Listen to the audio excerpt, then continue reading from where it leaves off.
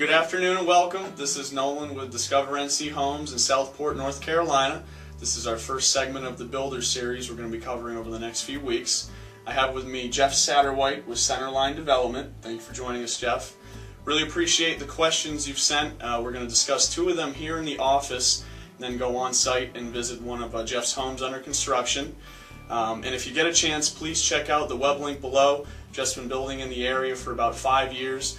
It really shows his quality and style of work. Jeff, the first question that I've received a lot of is, what is the typical cost per square foot to build? Nolan, I'd like to start off by thanking you for the opportunity to be a part of your newsletter and to be a part of your video today.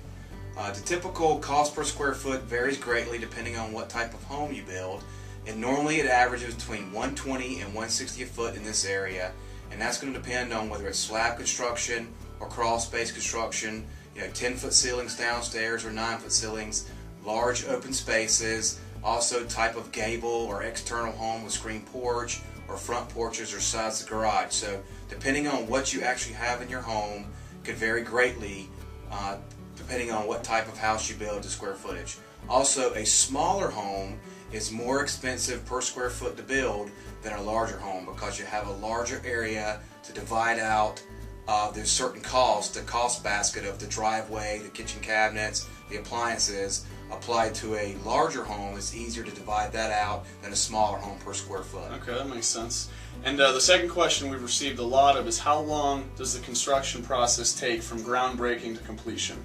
Typically it takes about 2 to 3 weeks to get it through the POA, maximum a month, and then once we have a POA approval and a building permit in hand, it takes between 5 and 6 months to build about a 3,000 square foot house. So about 6 months, depending on weather, is pretty good to figure for a 3,000 square foot house. Okay, thank you, and let's go outside.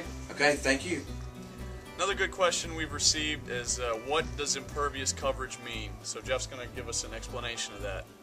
Okay, Nolan, there's two types of coverage on the ground. There's impervious coverage and pervious coverage.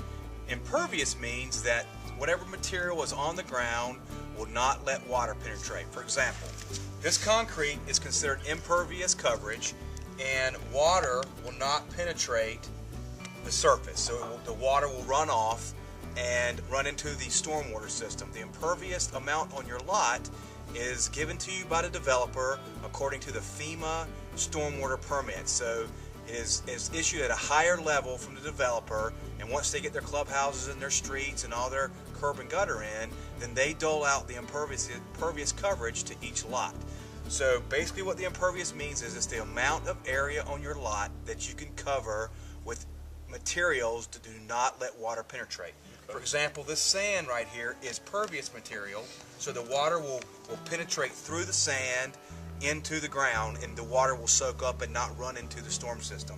Slotted wood decking, since the water can run between the cracks and run into the sand in the ground, is considered pervious material. So house, roof, porches, driveways, and walkways are considered impervious, and they're in your calculation of your max impervious. That's it. That's the answer, Nolan. Thank you. Jeff, another good question we've received is, what is the difference between a crawl space foundation and a raised slab foundation?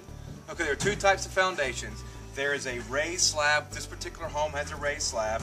There's a normal footing on both that's down here in the ground, so concrete footing. And then we build a foundation on this particular raised slab. Is 3 courses high, and then we fill the interior of the foundation with sand and pour the floor with concrete.